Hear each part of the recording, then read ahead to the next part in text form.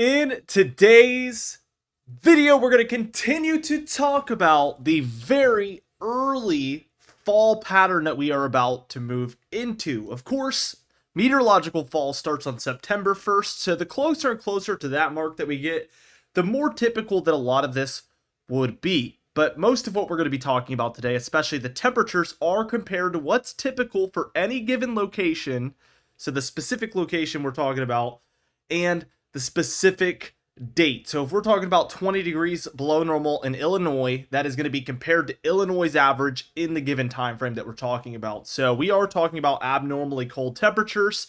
We're talking about a lot of hurricane activity, of course, and we're also going to be talking about a potential nor'easter type pattern that looks to set up, which is of course a very fall-like thing. So that is very exciting as we approach the month of September and even get into it. Even some snowfall for some of the mountainous locations isn't impossible here as we move forward over the coming couple of weeks. So let's first off talk about our very major hurricane out here in the Atlantic, and we have the GFS model playing underneath as we typically do.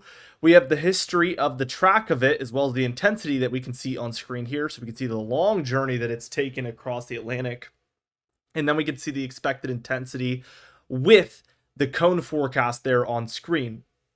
Now, this one has continued to surprise every single step of the way. Not only in intensity, basically jumping from Category 2 to Category 5 hurricane seemingly overnight, quite literally overnight, we've also seen this one continuously track further south and further west than forecasted by the National Hurricane Center. And we even have evacuations being ordered for parts of the Outer Banks of North Carolina. We do expect winds and massive waves along the entire eastern seaboard. So we could see some beach erosion. We could see all sorts of impacts. This is kind of coming at a bad point in the lunar cycle. We're seeing a lot of higher tides than what's typical. So that's coming alongside this very intense storm moving by. So it's kind of the perfect storm, no pun intended, in many cases. We do expect impacts along the entire eastern seaboard, although not direct.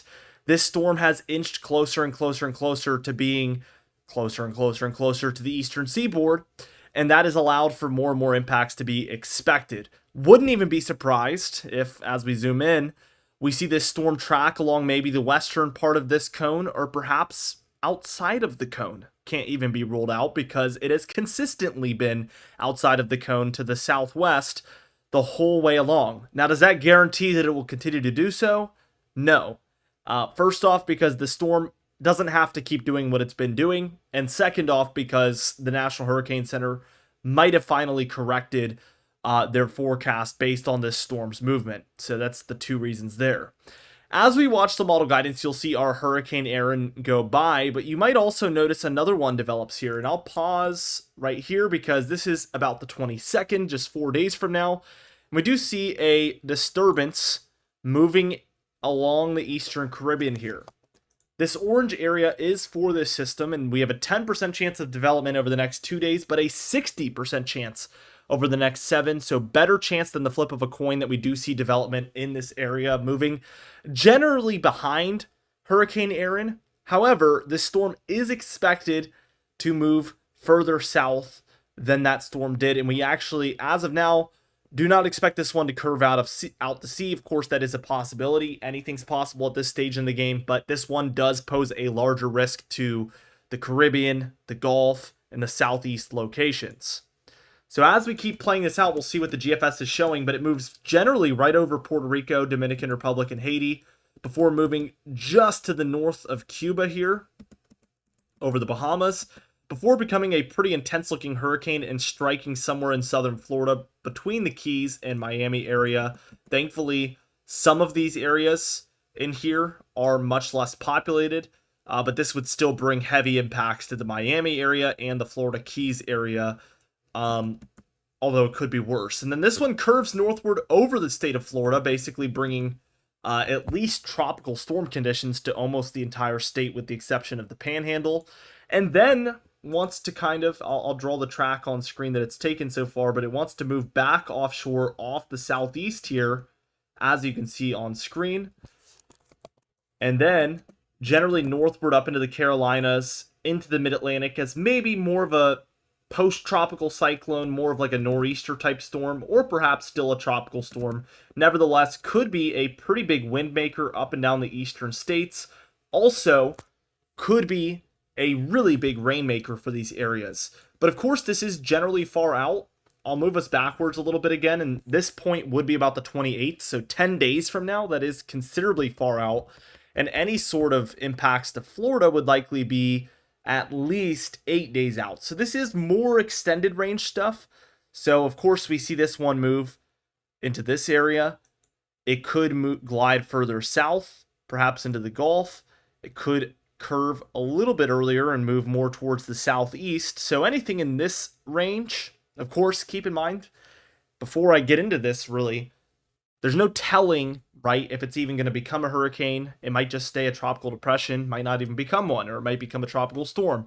The intensity is up for debate as well, but regardless of what this storm is, the most likely path seems to be somewhere in this realm.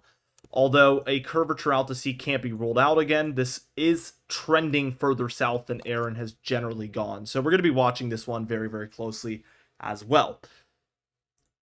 As we just move into the European model guidance, we can see our hurricane here as well. And this has been one of the best models regarding Hurricane Aaron out there, because this one has consistently shown it being further to the southwest, which it has consistently done. So it has mostly been correct, I would say, out of any model so far that I've seen for this particular storm. And we can see showery activity there for eastern North Carolina. The winds are a little bit of a concern, but mostly the waves and storm surge are going to be your biggest concerns there for the Outer Banks, and that is why they're being evacuated. Not because we expect hurricane force winds or, major hurricane force winds. It is because of those water impacts and not the rain type. Heavy rain is possible, but not necessarily likely. We don't expect a huge amount of precipitation out there. It's mostly just the ocean that is the main concern there. So that one moves by. We keep going here, and this is when the trough starts to move in, right around the 23rd, 24th. This is classic structure here that we're seeing in the jet stream. We see this push of warm air up the west. You guys have probably heard me say this about a million times before. And we get cooler air start to just immediately lower down with a weaker cold front. There's a low between the Great Lakes and Hudson Bay with a cold front that's helping to pull everything in. This is a classic location for a low to be, by the way, between those Great Lakes and the Hudson Bay. Oftentimes we see cool downs when we see a low move through here up there in Canada. As we keep going, we see that trough worsens. Our tropical system actually gets rejected out to sea. So again, that is a possibility at this point. And of course, the European model did really good with Aaron. Maybe this one's going to be one where the European model is really, really good as well. So we'll have to wait and see. Of course, a storm that isn't developed is much harder to predict. Not as much data to go based on. But by this 26th, that's going to be Tuesday, we have a much larger ridge out west, which is creating a much larger trough in the east. So we see significant cold air. We'll see this in a second for these eastern and central areas. And this is where the nor'easter pattern gets going. Usually a lot of them form out here in the south central states or corner states. We see a lot of the moisture kind of come together in this area. We've got this kind of Pacific jet bringing in a lot of your moisture. And then we also have this kind of Gulf energy, and everything kind of comes together in this area. And typically you're going to see them kind of move such as that, sometimes over the Gulf and up the East Coast, sometimes even too well offshore like a tropical system. But that's generally the flow that we're watching for in these nor'easter type patterns that, again, are very common during the fall, winter, and spring, but not necessarily August. This is a little bit early. Funny enough, we actually saw a lot of nor'easters late in the season, much later than typical. I can recall us seeing nor'easters in May and June, which is not standard. So this has been a nor'easter year. That's been the trend. As we keep going, we see it all kind of come together here by the 29th, which again is very far out, 10 days to take it with a grain of salt still, but we see this low kind of coming together there off the southeast, and that generally moves up the east coast. If we do see a system like this, and it is a more traditional nor'easter, It is still late August, early September timeframe, and we would be watching for tropical development inside of this system because that would certainly be possible. Maybe even semi-likely if it's off the southeast, such as this. As we keep going, we continue to see the trough in the east and maybe more of this kind of nor'easter type flow up the southeast as we're moving into early September. This is Tuesday, September 2nd here. So quickly, before we get into the temperatures, let's take a look at the total precipitation. And again, you see this kind of Gulf flow infusing into these systems, and we see this kind of four corner states area, and a lot of it moves through there, a lot of it moves up the east. We see a lot of that type of flow happening here. Very classic nor'easter stuff. We see our hurricane here offshore. Most of that over North Carolina is not from the hurricane. I'll actually move us back just because I feel like it's pretty critical. As far as what's from this hurricane, this would be after it passes through. And for North Carolina, that might mean 1/2 inch to 1 inch of rainfall. And down there, my fiance's from there, the Outer Banks. 1/2 inch to 1 inch is nothing crazy from a tropical system for them. Now, I don't want you to kind of like let your guard down, because if this storm, let's say, trends a little bit further west, or let's say it's just some bands in areas that weren't expected, you could see a whole lot more in terms of 1, 2, 3, or even 4 inches. I don't think that's impossible, but the models as of right now are not showing super rainy impacts really anywhere along the East Coast directly from this hurricane.